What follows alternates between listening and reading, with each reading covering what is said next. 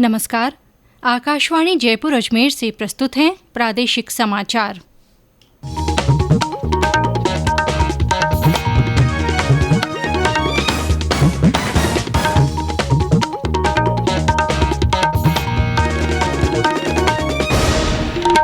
मुख्य समाचार।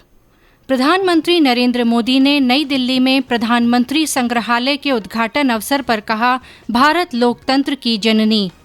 सबका विकास महाक्विज प्रश्नोत्तरी प्रतियोगिता आज से शुरू।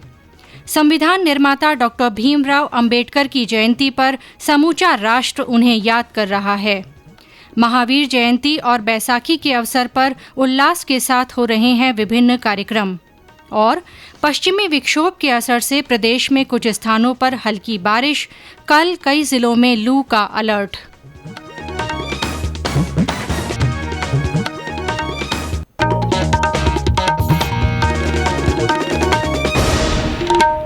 समाचारों के साथ मैं आरती नागर। और अब समाचार विस्तार से।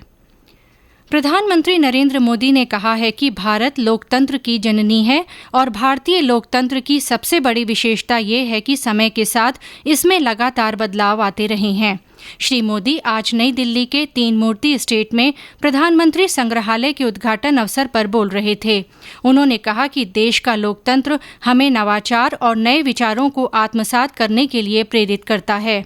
श्री मोदी ने कहा कि प्रधानमंत्री संग्रहालय प्रत्येक सरकार की साझी विरासत का जीवंत प्रतिबिंब बन चुका है। उन्होंने कहा कि ये संग्रहालय ऐसे समय में बना है जब देश आज़ादी के 75 वर्ष मना रहा है। श्री मोदी ने कहा कि संग्रहालय ज्ञान, विचारों और अनुभवों के प्रवेश द्वार के रूप में काम करेगा। प्रधानमंत्री ने कहा कि इस संग्रहालय में देश के 14 पूर्व प्रधानमंत्रियों की जीवन यात्रा तथा उनके कार्यों को दर्शाया गया है। देश के हर प्रधानमंत्री ने अपने समय की अलग अलग चुनौतियों को पार करते हुए देश को आगे ले जाने की कोशिश की। सबके व्यक्तित्व, कृतित्व, नेतृत्व के अलग अलग आयाम रहे। ये सब लोक स्मृति की चीजें हैं। देश की जनता, विशेषकर युवा वर्ग, भावी पीढ़ी सभी प्रधानमंत्रियों के बारे में जानेंगी तो उन्हें प्रेरणा मिलेगी। नवीनता और प्राचीनता के सम्मिश्रण का प्रतीक ये संग्रहालय पहले से बने हुए 3 मूर्ति भवन के खंड 1 को नवनिर्मित भवन के खंड 2 से जोड़ता है। दोनों भवनों का कुल क्षेत्रफल 15,600 वर्ग मीटर से अधिक है। संग्रहालय की रूपरेखा और बनावट प्रगति पथ पर आगे बढ़ते भारत की गाथा से प्रेरित है। सबका विकास महाक्विज वर्ष की सबसे बड़ी प्रश्नोत्तरी प्रतियोगिता का आज शाम शुभारंभ किया जा रहा है। इसका उद्देश्य प्रतिभागियों को सरकार की विभिन्न योजनाओं की जानकारी देना है। प्रश्नोत्तरी वेबसाइट quiz.mygov.in पर आयोजित की जाएगी। प्रत्येक क्विज में 1,000 विजेताओं की घोषणा की जाएगी, जिन्हें 2-2 हजार रुपये की राशि दी जाएगी। केंद्र सरकार सभी नागरिकों, विशेषकर गरीब और वंचित वर्गों के समग्र कल्याण के लिए विभिन्न कार्यक्रमों तथा योजनाओं के माध्यम से बुनियादी आवश्यकताओं को पूरा करने के लिए प्रयासरत है। सरकार ने कपास के आयात पर इस साल 30 सितंबर तक के लिए सीमा शुल्क से छूट दी है। वित्त मंत्रालय ने इस बारे में अधिसूचना जारी की है।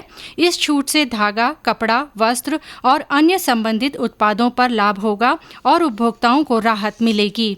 इस फैसले से कपड़ा निर्यात को भी लाभ पहुंचेगा। इससे पहले कपास के आयात पर 5% बुनियादी सीमा शुल्क और 5% कृषि बुनियादी ढांचा विकास उपकर लगता था। संविधान निर्माता और भारत रत्न डॉक्टर भीमराव अंबेडकर की 131वीं जयंती पर समूचा राष्ट्र उन्हें नमन कर रहा है। महान समाज सुधारक, अर्थशास्त्री और कुशाग्र राजनेता डॉक्टर भीमराव अंबेडकर ने अपना पूरा जीवन लोगों की भलाई के लिए समर्पित कर दिया। वंचित वर्गों के प्रति सामाजिक और जातिगत भेदभाव समाप्त करने के लिए वे जीवन भर संघर्षरत रहे। वे स्वतंत्र भारत के पहले विधि और न्याय मंत्री बनाए गए। वर्ष 1990 में उन्हें मरणोपरांत देश के सर्वोच्च नागरिक सम्मान भारत रत्न से अलंकृत किया गया। राष्ट्रपति रामनाथ कोविंद, उपराष्ट्रपति एम वेंकैया नायडू, प्रधानमंत्री नरेंद्र मोदी, लोकसभा अध्यक्ष ओम बिरला सहित अन्य कई नेताओं ने बाबा साहब को श्रद्धा सुमन अर्पित किए। प्रधानमंत्री नरेंद्र मोदी ने इस मौके पर बाबा साहेब का स्मरण करते हुए कहा कि उन्होंने समाज के वंचित वर्गों को मुख्य धारा में लाने का महत्वपूर्ण काम किया। उन्होंने कहा कि आज देश के लिए उनके सपनों को पूरा करने की प्रतिबद्धता को दोहराने का दिन है। समाज के प्रत्येक वर्ग के लोग भी अंबेडकर जयंती पर श्रद्धांजलि अर्पित कर रहे हैं। इधर प्रदेश में भी अंबेडकर जयंती के अवसर पर अनेक कार्यक्रम हुए। राज्य स्तरीय समारोह जयपुर में आयोजित हुआ। इसे संबोधित करते हुए मुख्यमंत्री अशोक गहलोत ने कहा कि संविधान में विश्वास और कानून की पालना ही बाबा साहेब को सच्ची श्रद्धांजलि होगी। कानून का राज रहना ही चाहिए, उनका कमिटमेंट होना चाहिए कि हमने शपथ ली संविधान की तो कानून की रक्षा करेंगे। अंबेडकर को सच्ची श्रद्धांजलि वही है अगर आप कानून की रक्षा करते हो, कानून की पालना करते हो, संविधान को मानते हो। अगर देश को एक रखना है, अखंड रखना है, अनेकता में एकता वाला मुल्क है। आज छुआछूत सबसे बड़ा मानवता का कलंक मानता हूं मैं। आज भी ऊंच नीच का भेदभाव हो, छुआछूत हो, सामाजिक सिक्योरिटी हो, सोशल सिक्योरिटी हो, सोशल जस्टिस हो, सामाजिक न्याय हो, इन कामों को हाथ में लेने के लिए आगे क्यों आता है। धौलपुर में पूर्व मुख्यमंत्री वसुंधरा राजे ने भाजपा कार्यकर्ताओं के साथ बाबा साहेब की प्रतिमा पर पुष्पांजलि अर्पित की। सवाई माधोपुर में बाबा साहेब की जयंती पर उनकी प्रतिमा पर पुष्पांजलि अर्पित की गई। इस अवसर पर कक्षा 10वीं में 100% अंक लाने वालों को जिला कलेक्टर ने प्रशस्ति पत्र और स्मृति चिन्ह देकर सम्मानित किया। जालौर जिले के बागोड़ा, सियाड़ा और भीनमाल में रैली निकाली गई। टोंक में भी रैली और संगोष्ठी के माध्यम से बाबा साहेब को याद किया गया। इस अवसर पर अलवर में मैराथन दौड़ हुई और अंबेडकर जयंती समरसता दिवस के रूप में मनाई गई। इसमें सर्व समाज के लोगों ने हिस्सा लिया। बूंदी में विभिन्न संगठनों की ओर से डॉक्टर अंबेडकर की प्रतिमा पर माल्यार्पण किया गया। श्रीगंगानगर में बाइक रैली निकाली गई तथा विभिन्न कार्यक्रम हुए। अजमेर और चूरू में भी अंबेडकर जयंती उत्साह के साथ मनाई गई और शहर में जुलूस निकाला गया। देश में अब तक 186 करोड़ 22 लाख से अधिक कोविड टीके लगाए जा चुके हैं। स्वास्थ्य मंत्रालय ने बताया कि कल 14,48,000 से अधिक टीके लगाए गए। पिछले 24 घंटे के दौरान 1,000 से अधिक नए मामलों की पुष्टि हुई। स्वस्थ होने की दर 98.76% है। ये समाचार आकाशवाणी जयपुर अजमेर से प्रसारित किए जा रहे हैं। महावीर जयंती का पर्व आज श्रद्धा और उल्लास के साथ मनाया जा रहा है। जैन धर्म के 24वें तीर्थंकर महावीर स्वामी की जयंती के अवसर पर विभिन्न कार्यक्रम हो रहे हैं। जैन मंदिरों में विशेष कार्यक्रम हुए। महावीर भगवान की जयंती पर घर घर पर मंगल गीत, भजन और सामूहिक नमोकार मंत्र जाप के आयोजन हुए। करौली से हमारे संवाददाता ने बताया कि जिले के प्रसिद्ध जैन तीर्थ श्री महावीर जी में चल रहे मेले में बड़ी संख्या में श्रद्धालु पहुंचे हैं। जैन धर्मावलंबियों की आस्था के प्रमुख केंद्र श्री महावीर जी में आज भगवान महावीर स्वामी के जन्म कल्याणक महोत्सव के मौके पर प्रातः प्रभात फेरी निकाली गई। दोपहर में कलश अभिषेक और प्रदर्शनी के आयोजन किए गए। वहीं साय दिव्यांगों को ट्राईसाइकिल वितरित की गई। श्री महावीर जी के वार्षिक मेले का मुख्य आकर्षण भगवान जैनेन्द्र की रथ यात्रा होती है। इसमें हिस्सा लेने के लिए देश विदेश से लोग आते हैं। प्रशासन द्वारा मेले में सुरक्षा हेतु 600 पुलिसकर्मी तैनात किए गए हैं। वहीं 100 से अधिक CCTV कैमरों से मेले परिसर की निगरानी की जा रही है। माकेवारी शर्मा, आकाशवाणी समाचार। अलवर में स्वर्ण रथ पर श्रीजी की सवारी निकाली गई। इस रथ को साल में एक बार महावीर जयंती के अवसर पर ही निकाला जाता है। सीकर, चूरू, सवाई माधोपुर, टोंक, भरतपुर, धौलपुर, झालावाड़, बूंदी, अजमेर और उदयपुर में भगवान महावीर के जन्म कल्याणक पर शोभा यात्रा और प्रभात फेरियां निकाली गईं। कोरोना के कारण करीब 2 साल बाद निकली इन यात्राओं को लेकर लोगों में खासा उत्साह देखा गया। उदयपुर में इस मौके पर अस्पतालों और छात्रावासों में दवाइयां और फल वितरित किए गए। उधर बूंदी के सिलोर में बन रहे आदिनाथ दिगंबर जैन मंदिर के लिए नींव निर्माण का कार्य पूरा हुआ। देश के विभिन्न भागों में आज फसल कटाई और प्रकृति से जुड़े त्योहार बैसाखी, विशु, रोंगाली बिहू और नव वर्ष मनाए जा रहे हैं। भरतपुर में बैसाखी पर्व हर्षोल्लास के साथ मनाया गया। इस अवसर पर पाईबाग गुरुद्वारे में शबद कीर्तन के आयोजन हुए। झालावाड़ जिले में बैसाखी के अवसर पर गुरुद्वारों में विशेष अरदास, शबद कीर्तन और लंगर के आयोजन हुए। प्रभु यीशु मसीह के बलिदान का प्रतीक गुड फ्राइडे पर्व कल मनाया जाएगा। इस अवसर पर गिरजाघरों में विशेष प्रार्थना सभाएं होंगी। प्रभु यीशु ने क्रूस की सजा के दौरान अपने विरोधियों और शत्रुओं को क्षमा करते हुए पूरी दुनिया को क्षमा, प्रेम और शांति का संदेश दिया था।